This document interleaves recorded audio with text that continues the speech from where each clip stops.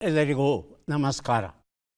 ಥಟ್ ಅಂತ ಹೇಳಿ ಕ್ವಿಜ್ ಕಾರ್ಯಕ್ರಮಕ್ಕೆ ತಮಗೆಲ್ಲ ಸ್ವಾಗತ. ಪ್ರತಿಯೊಬ್ಬ ವ್ಯಕ್ತಿ ತನ್ನಲ್ಲಿ ಇರುವ ಕೊರತೆಗಳ ಕುರಿತೇ ಹೆಚ್ಚು ಯೋಚನೆ ಮಾಡೋದುಂಟು. ತನ್ನಲ್ಲಿ ಇರುವಂಥ ಇತ್ಯಾತ್ಮಕ ಅಂಶಗಳು ಏನಿದೆ ಅದಕ್ಕೆ ಅಷ್ಟು ಗಮನ ಕೊಡೋದಿಲ್ಲ. ಸೂಕ್ಷ್ಮವಾಗಿ ಆಲೋಚನೆ ಮಾಡಿದ್ರೆ ಆ ಕೊರತೆಯಲ್ಲೂ ಒಂದು ಸಾರ್ಥಕತೆಯನ್ನು ಕಂಡುಕೊಳ್ಳೋ ಸಾಧ್ಯತೆ ಇರುತ್ತೆ.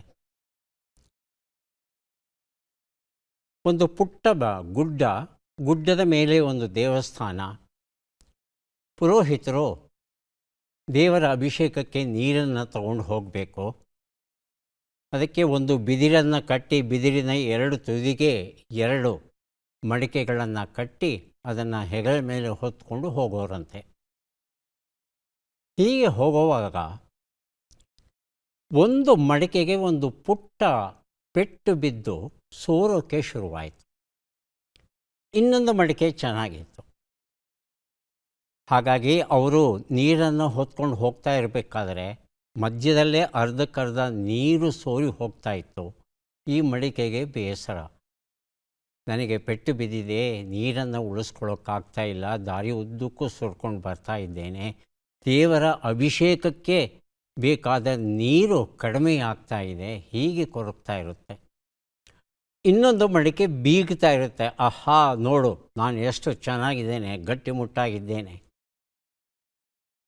ಒಂದು ರೀತಿ ಅಹಂಕಾರದಿಂದ ಬೀಗ್ತಾ ಇರುತ್ತೆ ಇದು ಕೊರಗ್ತಾ ಇರುತ್ತೆ.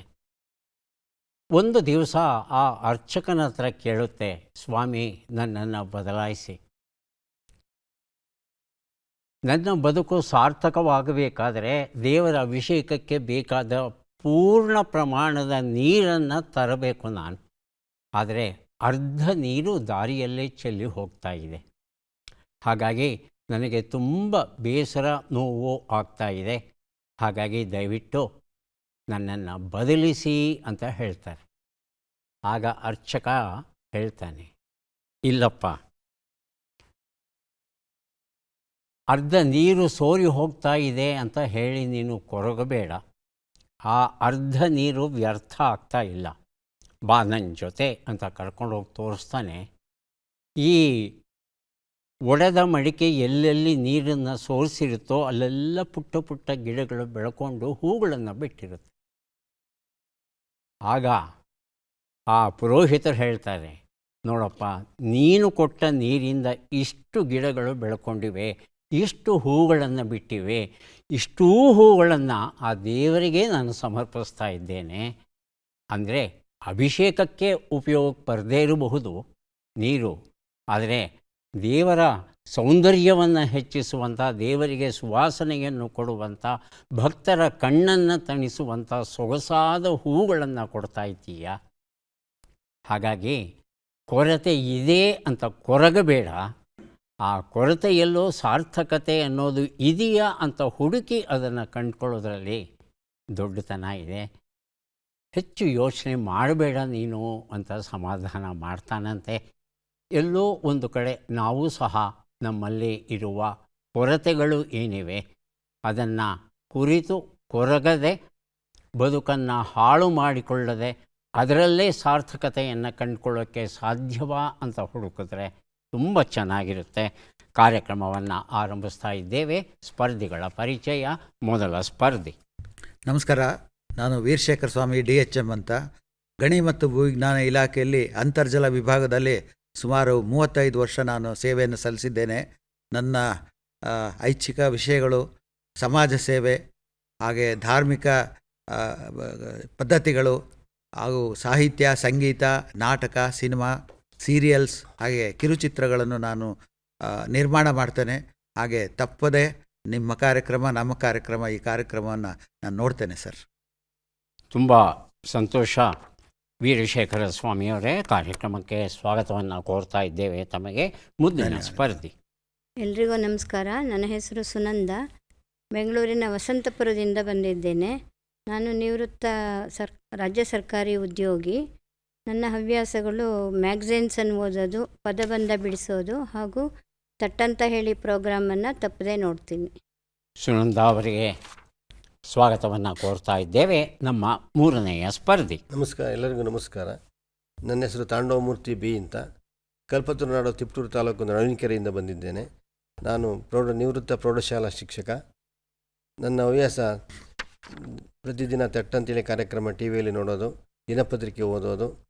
ಈಗ ನನ್ನ ಪ್ರವೃತ್ತಿಯಲ್ಲಿ ಕೃಷಿಯಲ್ಲಿ ತೊಡಗಿಕೊಂಡಿದ್ದೇನೆ. ಬಹಳ ಸಂತೋಷ ತಾಂಡವಮೂರ್ತಿಯವರೇ, ಕಾರ್ಯಕ್ರಮಕ್ಕೆ ಸ್ವಾಗತವನ್ನು ಕೋರ್ತಾ ಇದ್ದೇವೆ. ಮೂವರು ಸಿದ್ಧವಾಗಿದ್ದರೆ ಕಾರ್ಯಕ್ರಮ ಆರಂಭಿಸೋಣ. ಮೊದಲಿಗೆ ನಿಯಮಗಳನ್ನು ಒಮ್ಮೆ ನೋಡಿಬಿಡೋಣ.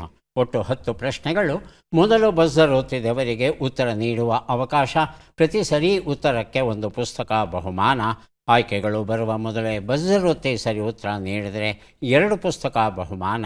100 ಅಂಕ ಗಳಿಸಿದವರಿಗೆ ಒಂದು ಪುಸ್ತಕ ವಿಶೇಷ ಬಹುಮಾನ. ನಕಾರಾತ್ಮಕ ತಂತ್ರಗಳಿಗೆ ಅವಕಾಶವಿಲ್ಲ. ಕಾರ್ಯಕ್ರಮದ ಮೊದಲ ಪುಸ್ತಕ, ಮೊದಲ ಪ್ರಶ್ನೆ. ಕೆ.ವೈ. ನಾರಾಯಣಸ್ವಾಮಿ ಅವರು ಬರೆದ ನಾಟಕದ ಪುಸ್ತಕ ಮತ್ತೆ ಮುಖ್ಯಮಂತ್ರಿ. ಪ್ರಶ್ನೆಯನ್ನು ನೋಡೋಣ. ಕನ್ಯಾಪಿತೃವಿಗೆ ಒಂದು ಜೊತೆ ಎತ್ತುಗಳನ್ನು ನೀಡಿ ಹೆಣ್ಣನ್ನು ಕೊಂಡುಕೊಂಡು ಮದುವೆಯಾಗಬಹುದಾಗಿತ್ತು. ಈ ರೀತಿಯ ಮದುವೆಗೆ ಯಾವ ಹೆಸರನ್ನು ನೀಡಿದ್ರು ಅಂತ ತಿಳ್ಕೋಬೇಕಾಗಿದೆ. ಆಯ್ಕೆಗಳನ್ನು ನೋಡೋಣ. ಆರ್ಷ, ರಾಕ್ಷಸ, ಅಸುರ, ಬ್ರಾಹ್ಮ. ಬಜರುತಿ ಉತ್ತರವನ್ನು ಕೊಡಿ. ಮೊದಲಿಗೆ ಸುನಂದ. ಆರ್ಷ ಆಯ್ಕೆ ಆರ್ಷ 1 ಆರ್ಷ. ಹೇಳಿ ತಾಂಡವಮೂರ್ತಿ.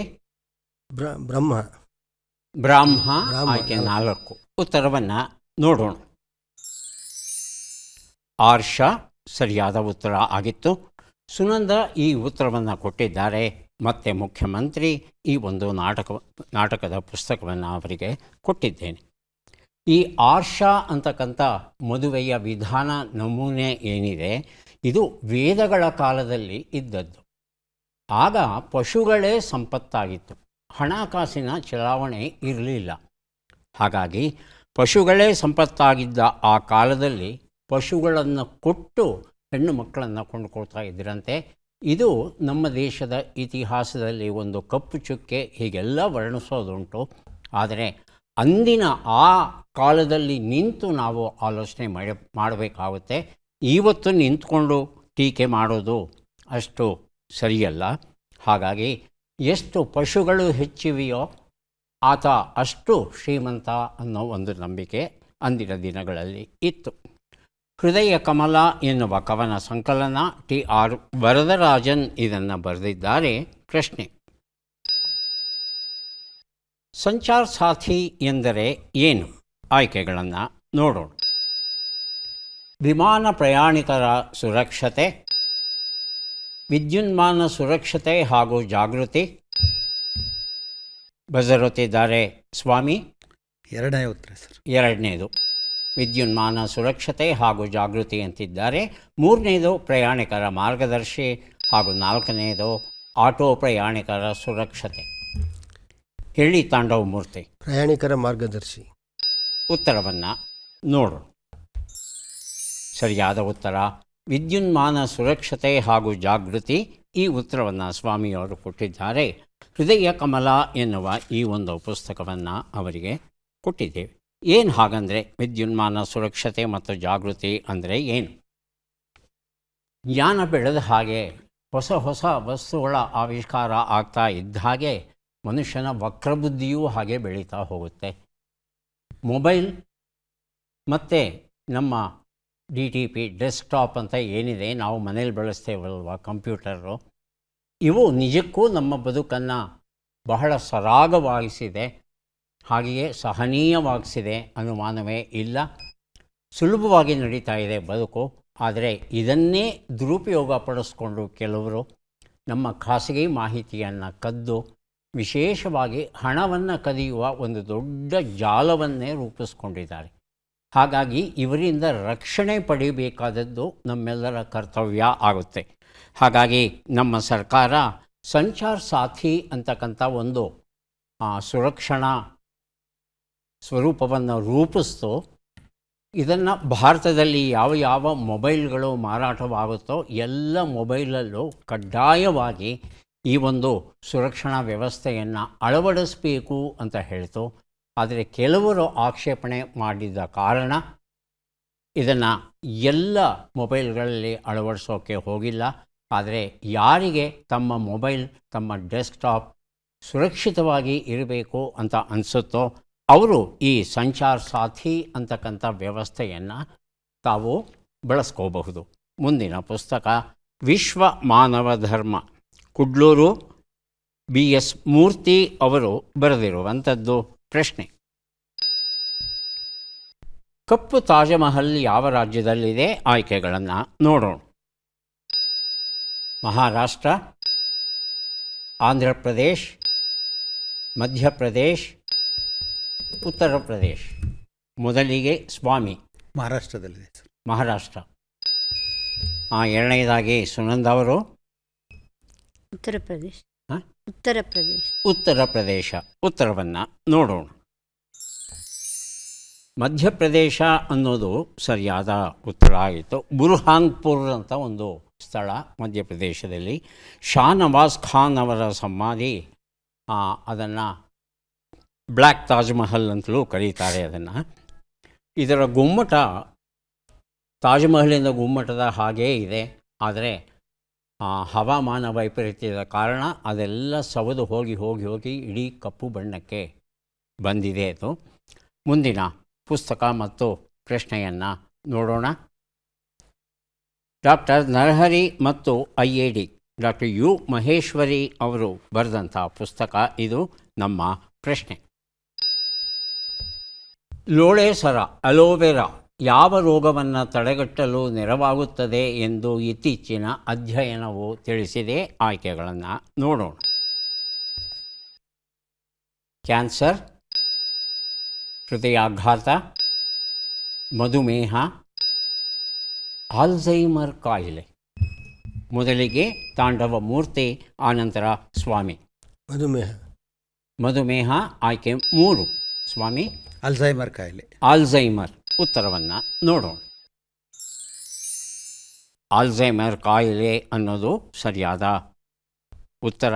ಇತ್ತೀಚಿನ ಅಧ್ಯಯನದಿಂದ ಕಂಡುಬಂದಿದೆ. ಲೋಳೆ ಸರವನ್ನು ಅನೇಕ ಕಾಯಿಲೆಗಳಲ್ಲಿ ಬಳಸೋದು ಉಂಟು. ಆದರೆ ಇತ್ತೀಚಿನ ಸಂಶೋಧನೆ ಆಲ್ಝೈಮರ್ ಕಾಯಿಲೆಗೆ ಇದು ನೆರವಾಗುತ್ತಂತೆ. ಮಿದುಳಿಗೆ ಸಂಬಂಧಪಟ್ಟಂಥ ಕಾಯಿಲೆ ಆಲ್ಝೈಮರ್. ನೆನಪು, ಆಲೋಚನಾ ಸಾಮರ್ಥ್ಯ, ಸಣ್ಣ ಪುಟ್ಟ ಕೆಲಸಗಳನ್ನು ಮಾಡೋಕ್ಕೂ ಆಗದೇ ಇರುವಂಥ ಸ್ಥಿತಿ. ಒಂದು ಪುಸ್ತಕವನ್ನು ತಗೊಳ್ಳೋದು, ಒಂದು ಪೆನ್ ತಗೊಳ್ಳೋದು, ಒಂದು ಲೋಟ ನೀರನ್ನು ತಗೊಳ್ಳೋದು, ಇದೂ ಸಹ ಕಷ್ಟವಾಗುವಂಥ ಸ್ಥಿತಿ ಬರುತ್ತೆ. ಇದು ಮಿದುಳಲ್ಲಿ ಬೀಟಾ ಅಮೈಲಾಯ್ಡ್ ಅಂತಕ್ಕಂಥ ಒಂದು ರಾಸಾಯನಿಕ ವಸ್ತು, ಒಂದು ಪ್ರೋಟೀನ್ ಅತಿಯಾಗಿ ಸಂಗ್ರಹ ಆಗ್ತಾ ಇದ್ದರೆ ಈ ಕಾಯಿಲೆ ಬರುತ್ತೆ ಅಂತ ಹೇಳ್ತಾರೆ. ಮುಂದಿನ ಪುಸ್ತಕ ಕಾವೇರಿ ನದಿ ತೀರದ ಪ್ರಸಿದ್ಧ ಸ್ಥಳಗಳು, R ರಂಗಸ್ವಾಮಿ ಶಾಂತ ಬರೆದಿರುವಂಥದ್ದು. ಪ್ರಶ್ನೆ: ಬಿಟ್ಟಕ್ಷರಗಳನ್ನು ತುಂಬಿ. ಮ, ನಿ, ಕೋ, ನು, ಡಿ.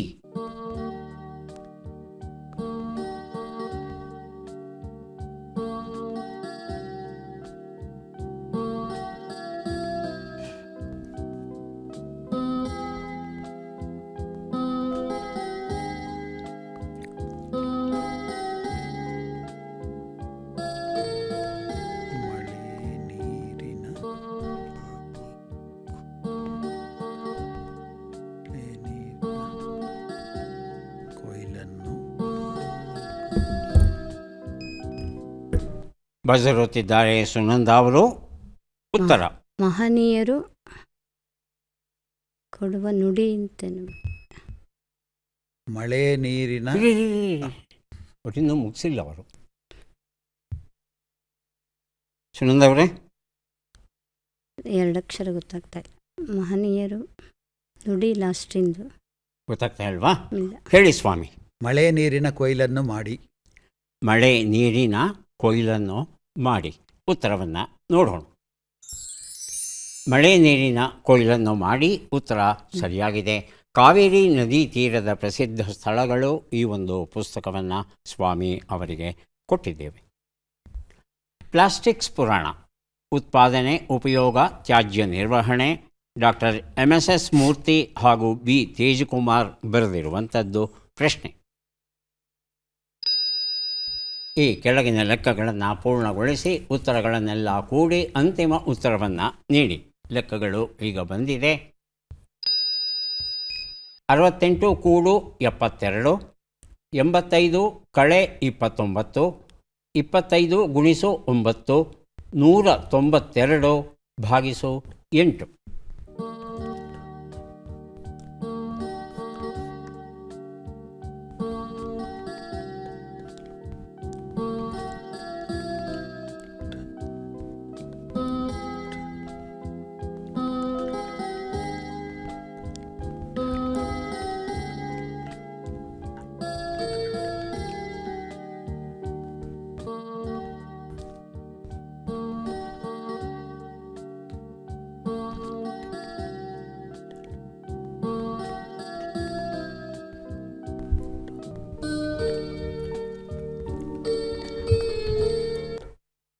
ಸ್ವಾಮಿ, ಅಂತಿಮ ಉತ್ತರ.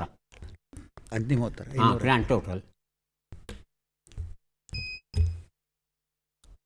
ಸುನಂದ? 545. ತಾಂಡವಮೂರ್ತಿ? 445. ಹಾಂ, 445. 445.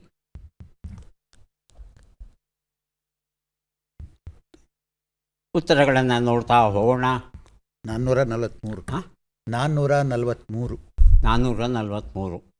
ಉತ್ತರವನ್ನು ನೋಡ್ತಾ ಹೋಗೋಣ. ಒಂದು ಉತ್ತರ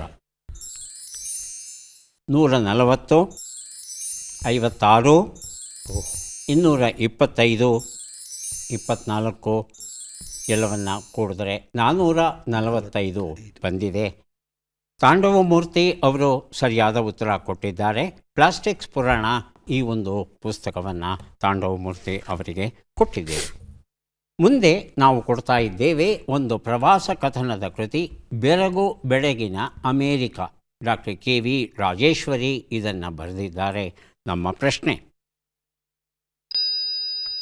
ಈ ಪದ್ಮ ಪುರಸ್ಕೃತರನ್ನು ಗುರುತಿಸಿ. ಚಿತ್ರವನ್ನು ನೋಡೋಣ.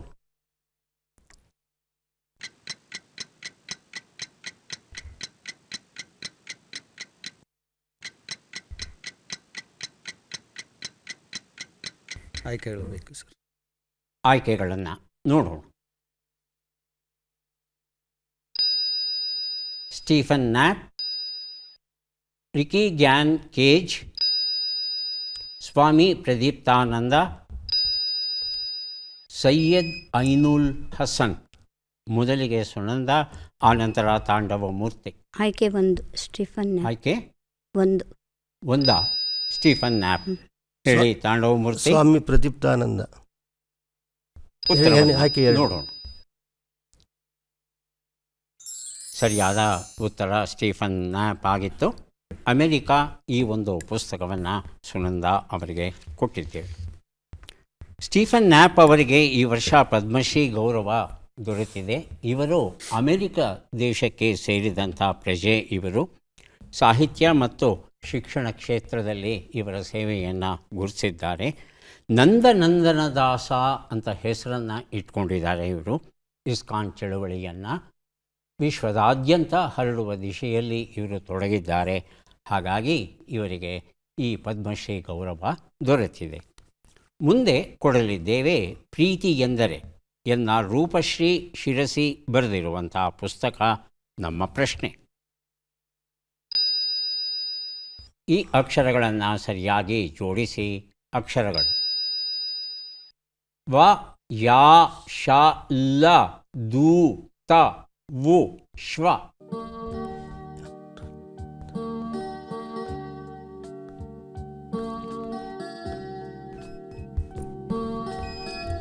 ತಾಂಡವ ಮೂರ್ತಿ ಹಾಗೂ ಸುನಂದ.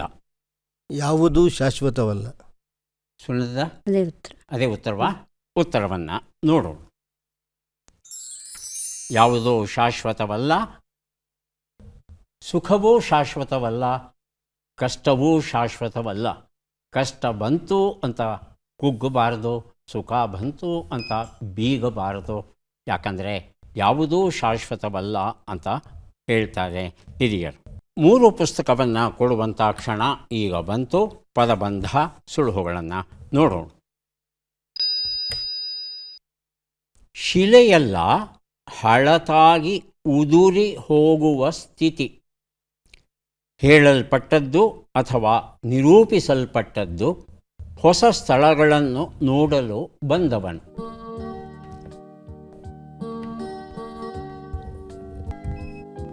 ಬಜರುತ್ತಿದ್ದಾರೆ ಸ್ವಾಮಿಯವರು. ಒಂದು ಉತ್ತರ ಶಿಥಿಲಾವಸ್ಥೆ. ಶಿಥಿಲಾವಸ್ಥೆ. 3 ಶಬ್ದ ಸಿಕ್ತಾ? ಬಹುಶಃ ಸಿಕ್ಕಿಲ್ಲ. ಸುನಂದ ಮತ್ತು ತಾಂಡವಮೂರ್ತಿ ಸ್ವಾಮಿಯವರು ಸೊಗಸಾದ ಸುಳುಹು ಕೊಟ್ಟಿದ್ದಾರೆ. ಅದನ್ನು ಸುಧಾರಿಸಿ 3 ಶಬ್ದಗಳು ಸಿಗುವ ಹಾಗೆ ಯೋಚನೆ ಮಾಡಿ ಬಜರುತ್ತಿ ಉತ್ತರ ಕೊಡಿ. ಒಳ್ಳೆಯ ಸುಳುಹು ಕೊಟ್ಟಿದ್ದಾರೆ ಸ್ವಾಮಿ. ಮೊದಲನೇ ಶಬ್ದ ನಾ ಕೊಡ್ತೇನೆ, 2ನೇ ಶಬ್ದ 3ನೇ ಶಬ್ದಕ್ಕೆ ತಾವು ಪ್ರಯತ್ನಿಸಬಹುದು. ಒಂದು ಉತ್ತರ ಶಿಥಿಲವಾಗು ಅನ್ನೋದು ಸರಿಯಾದ ಉತ್ತರ ಆಗಿತ್ತು. 2 ಉತ್ತರ ಹೇಳಲ್ಪಟ್ಟದ್ದು ಅಥವಾ ನಿರೂಪಿಸಲ್ಪಟ್ಟದ್ದು. ಮಧ್ಯದ ಅಕ್ಷರ ಥಿ. ಉತ್ತರವನ್ನು ನೋಡೋಣ. ಕಥಿತ. 3 ಉತ್ತರ. ಮೊದಲಿಗೆ ತಾಂಡವಮೂರ್ತಿ, ಆನಂತರ ಸುನಂದ. ಪ್ರವಾಸಿ. ಪ್ರವಾಸಿ. ಸುನಂದ ಅವರೇ? ಅದೇ ಉತ್ತರ. ಪ್ರವಾಸಿ. ಉತ್ತರವನ್ನು ನೋಡೋಣ. ಪ್ರವಾಸಿ ಉತ್ತರ ಸರಿಯಾಗಿದೆ. ಸಂಗೀತಗಾರರು, ಹಾಸ್ಯ ಪ್ರಸಂಗಗಳು, ಈ ಒಂದು ಪುಸ್ತಕವನ್ನು ಕೊಟ್ಟಿದ್ದೇನೆ. ಈಗ ಬಂದಿದ್ದೇವೆ ಕೊನೆಯ ಘಟ್ಟಕ್ಕೆ. ಚಟ್ಪಟ್ ಚಿನ್ಕುರಳಿ. 5 ಪ್ರಶ್ನೆಗಳು. ಮೊದಲ ಅವಕಾಶ ಸ್ವಾಮಿ ಅವರಿಗೆ ಬರ್ತಾ ಇದೆ. ಸಿದ್ಧವಾಗಿದ್ದರೆ ಪ್ರಶ್ನೆಗಳನ್ನು ಆರಂಭಿಸ್ತೇವೆ. ಸಿದ್ಧವಾಗಿದ್ದೇನೆ. ಮೊದಲ ಪ್ರಶ್ನೆ. ಕೂದಲು ನೆಟ್ಟಗೆ ನಿಲ್ಲು ಎಂಬ ನುಡಿಗಟ್ಟಿನ ಅರ್ಥವೇನು? ರೋಮಾಂಚನವಾಗು, ತುಂಬ ಭಯವಾಗು. ರೋಮಾಂಚನವಾಗು. ಮುಂದಿನ ಪ್ರಶ್ನೆ. ವ್ಯಾಪಾರದ ವಸ್ತು, ಸರಕು ಎಂಬ ಅರ್ಥವನ್ನು ಕೊಡುವ ಶಬ್ದ ಯಾವುದು? ಪಣ್ಯ, ಪುಣ್ಯ. ಪಣ್ಯ. ಮುಂದಿನ ಪ್ರಶ್ನೆ. ರಾಮಾಯಣ ಕಾಲದಲ್ಲಿ ಕುಶಸ್ಥಲಿಯು ಯಾವ ದೇಶಕ್ಕೆ ರಾಜಧಾನಿಯಾಗಿತ್ತು? ಅನರ್ಥ ದೇಶ, ಗಾಂಧಾರ ದೇಶ. ಗಾಂಧಾರ ದೇಶ. ಮುಂದಿನ ಪ್ರಶ್ನೆ. ಈ ಗಾದೆಯನ್ನು ಪೂರ್ಣಗೊಳಿಸಿ ಶಿವ ಕೊಟ್ಟರು. ಹರ ಕೊಡಲಿಲ್ಲ. ಹಾಂ? ಹರ ಕೊಡಲಿಲ್ಲ. ಮುಂದಿನ ಪ್ರಶ್ನೆ. ಈ ಒಗಟನ್ನು ಬಿಡಿಸಿ. ಹಸಿರು ಕೋಟೆಯ ಒಳಗೆ ಬಿಳಿ ಕೋಟೆ, ಅದರೊಳಗೆ ಕೆಂಪು ಕೋಟೆ, ಅದರೊಳಗೆ ಕಪ್ಪು ಸಿಪಾಯಿಗಳು. ಉತ್ತರವನ್ನು ನೋಡ್ತಾ ಹೋಗೋಣ. ಒಂದು ಉತ್ತರ. ಕೂದಲು ನೆಟ್ಟಗೆ ನಿಲ್ಲು, ರೋಮಾಂಚನವಾಗು. ಉತ್ತರ ಸರಿಯಾಗಿದೆ. 2ನೇ ಪ್ರಶ್ನೆಗೆ ಉತ್ತರವನ್ನು ನೋಡೋಣ. ಪಣ್ಯ ಸರಿಯಾಗಿದೆ. 3ನೇ ಪ್ರಶ್ನೆಗೆ ಉತ್ತರ ಅನರ್ಥ ದೇಶ. ಇಂದಿನ ಗುಜರಾತ್ ಇದೆಯಲ್ಲ, ಅದು ಅನರ್ಥ ದೇಶ ಅಂತ ಹೆಸರಾಗಿತ್ತು. 4ನೇ ಪ್ರಶ್ನೆಗೆ ಉತ್ತರವನ್ನು ನೋಡೋಣ. ಶಿವ ಕೊಟ್ಟರು, ಪೂಜಾರಿ ಕೊಡ ಅನ್ನೋದು ಸರಿಯಾದ ರೂಪ. 5ನೇ ಪ್ರಶ್ನೆಗೆ ಉತ್ತರ ಇದು ಪರಂಗಿ ಹಣ್ಣಿನ ವರ್ಣನೆ ಆಗಿತ್ತು. ಎಷ್ಟು ಸರಿ ಉತ್ತರ ಕೊಟ್ಟಿದ್ದೀರಿ? 2 ಸರ್. 2 ಸರಿ ಉತ್ತರ ಕೊಟ್ಟಿದ್ದೀರಾ. 2 ಪುಸ್ತಕಗಳನ್ನು ತಮಗೆ ಕೊಡ್ತಾ ಇದ್ದೇವೆ. ಈಗ ಅವಕಾಶ ಸುನಂದ ಅವರಿಗೆ ಬರ್ತಾ ಇದೆ. ಸಿದ್ಧವಾಗಿದ್ದೀರಾ? ಮೊದಲ ಪ್ರಶ್ನೆ. ಕೋಡು ಮೂಡು ಎಂಬ ನುಡಿಗಟ್ಟಿನ ಅರ್ಥವೇನು? ಹೆಮ್ಮೆಯಾಗು, ಅಹಂಕಾರ ಹೆಚ್ಚಾಗು. ಅಹಂಕಾರ ಹೆಚ್ಚಾಗು. ಮುಂದಿನ ಪ್ರಶ್ನೆ. ಧ್ವಜ, ಬಾವುಟ ಎಂಬ ಅರ್ಥವನ್ನು ಕೊಡುವ ಶಬ್ದ ಯಾವುದು? ಪತಾಕೆ, ಪತ್ತಳಿಕೆ. ಪತಾಕೆ. ಮುಂದಿನ ಪ್ರಶ್ನೆ. ಯಾವ ಕ್ಷೇತ್ರದಲ್ಲಿ ಯಾದವರ ಅಂತ್ಯವಾಯಿತು? ಕುಶಸ್ಥಲಿ, ಪ್ರಭಾಸ. ಕುಶಸ್ಥಲಿ. ಮುಂದಿನ ಪ್ರಶ್ನೆ. ಈ ಗಾದೆಯನ್ನು ಪೂರ್ಣಗೊಳಿಸಿ. ಶೀಲವಂತರ ಓಣಿಯಲ್ಲಿ. ಮುಂದಿನ ಪ್ರಶ್ನೆ. ಈ ಒಗಟನ್ನು ಬಿಡಿಸಿ. 1000 ಹಕ್ಕಿಗಳು ಒಂದೇ ಬಾರಿಗೆ ನೀರಿಗೆ ಇಳಿದವು. ಅಕ್ಕಿ ತೊಳೆಯೋದು. ಅಕ್ಕಿನ ಜೋರ ಹೇಳಿ. ಅಕ್ಕಿ ಅಕ್ಕಿ. ತೊಳೆಯೋದು. ಹ್ಮ್. ಎಂಥ ಅಕ್ಕಿ? ಅನ್ನ ಮಾಡೋ ಅಕ್ಕಿ. ಅನ್ನ ಮಾಡೋ ಅಕ್ಕಿ. ಉತ್ತರವನ್ನು ನೋಡ್ತಾ ಹೋಗೋಣ. ಒಂದು ಉತ್ತರ ಕೋಡು ಮೂಡು ಅಂದರೆ ಹೆಮ್ಮೆಯಾಗು. ಎರಡನೇ ಪ್ರಶ್ನೆಗೆ ಉತ್ತರ ಪತಾಕೆ ಸರಿಯಾಗಿದೆ. ಮೂರನೇ ಪ್ರಶ್ನೆಗೆ ಉತ್ತರ ಪ್ರಭಾಸ ಕ್ಷೇತ್ರ ಆಗಿತ್ತು. ನಾಲ್ಕನೇ ಪ್ರಶ್ನೆಗೆ ಉತ್ತರ ಶೀಲವಂತರ ಓಣಿಯಲ್ಲಿ ಕೋಳಿ ಮಾಯವಾದವಂತೆ. ಐದನೇ ಪ್ರಶ್ನೆಗೆ ಉತ್ತರ ಅಕ್ಕಿ ತೊಳೆಯುವುದು ಸರಿಯಾದ ಉತ್ತರ. ಆದರೆ ಅಕ್ಕಿ ಅಂತ ಹೇಳಿದ್ದೀರಿ, ಅನ್ನ ಮಾಡೋದು ಅಂತ ಹೇಳಿದ್ದೀರಿ. ಉತ್ತರ ಸರಿ ಅಂತ ಸ್ವೀಕರಿಸಿ ಪುಸ್ತಕವನ್ನು ಕೊಡ್ತಾ ಇದ್ದೇನೆ. ಎಷ್ಟು ಪುಸ್ತಕ ಸರಿ ಉತ್ತರ ಆಯಿತು? 2 ಅಲ್ವಾ? 2 ಪುಸ್ತಕಗಳನ್ನು ತಮಗೆ ಕೊಡ್ತಾ ಇದ್ದೇವೆ. ಈಗ ಅವಕಾಶ ತಾಂಡವ ಮೂರ್ತಿ ಅವರಿಗೆ ಬರ್ತಾ ಇದೆ. ಸಿದ್ಧವಾಗಿದ್ದೀರಾ? ಮೊದಲ ಪ್ರಶ್ನೆ. ಗಾಳಿಗೋಪುರ ಕಟ್ಟು ಎಂಬ ನುಡಿಗಟ್ಟಿನ ಅರ್ಥವೇನು? ಕಲ್ಪಿಸಿಕೊಳ್ಳುತ್ತಿರೋ ವ್ಯರ್ಥವಾದ ಕೆಲಸದಲ್ಲಿ ತೊಡಗು. ವ್ಯರ್ಥವಾದ ಕೆಲಸದಲ್ಲಿ ತೊಡಗು. ಮುಂದಿನ ಪ್ರಶ್ನೆ. ಗಂಡನನ್ನು ತಾನೇ ಆರಿಸಿಕೊಳ್ಳುವವಳು ಎಂಬ ಅರ್ಥವನ್ನು ಕೊಡುವ ಶಬ್ದ ಯಾವುದು? ಪತಿಂವರೆ, ಪತ್ನೀಂವರೆ. ಪತ್ನಿಂವರೆ. ಮುಂದಿನ ಪ್ರಶ್ನೆ. ಕೃಷ್ಣ ತನ್ನ ಅವತಾರವನ್ನು ಮುಗಿಸಿ ಎಷ್ಟು ದಿನಗಳಾದ ಮೇಲೆ ದ್ವಾರಕೆಯು ಸಮುದ್ರದಲ್ಲಿ ಮುಳುಗಿತು? 7 ದಿನ, 10 ದಿನ? 7 ದಿನ. 7 ದಿನ. 7 ದಿನ.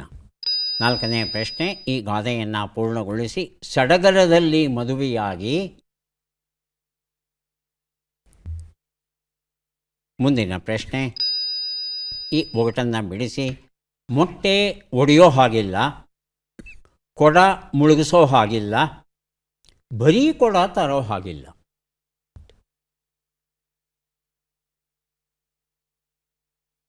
ಉತ್ತರವನ್ನು ನೋಡ್ತಾ ಹೋಗೋಣ. ಒಂದು ಉತ್ತರ ಗಾಳಿಗೋಪುರ ಕಲ್ಪಿಸಿಕೊಳ್ಳುತ್ತಿರು.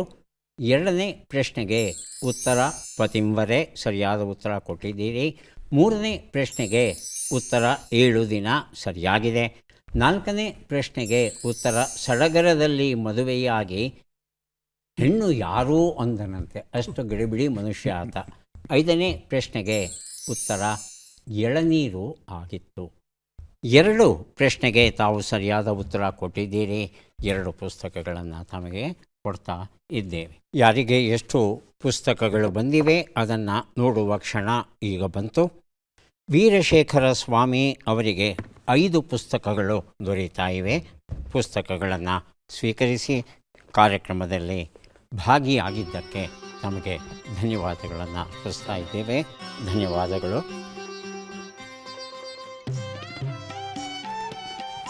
ಸುನಂದ ಅವರಿಗೆ 4 ಪುಸ್ತಕಗಳು ದೊರೆಯುತ್ತಾ ಇವೆ. ಸ್ವೀಕರಿಸಿ. ಧನ್ಯವಾದಗಳು. ತಾಂಡವ ಮೂರ್ತಿ ಅವರಿಗೆ 5 ಪುಸ್ತಕ ದೊರೆಯುತ್ತಾ ಇದೆ. ಸ್ವೀಕರಿಸಿ. ಅಭಿನಂದನೆ.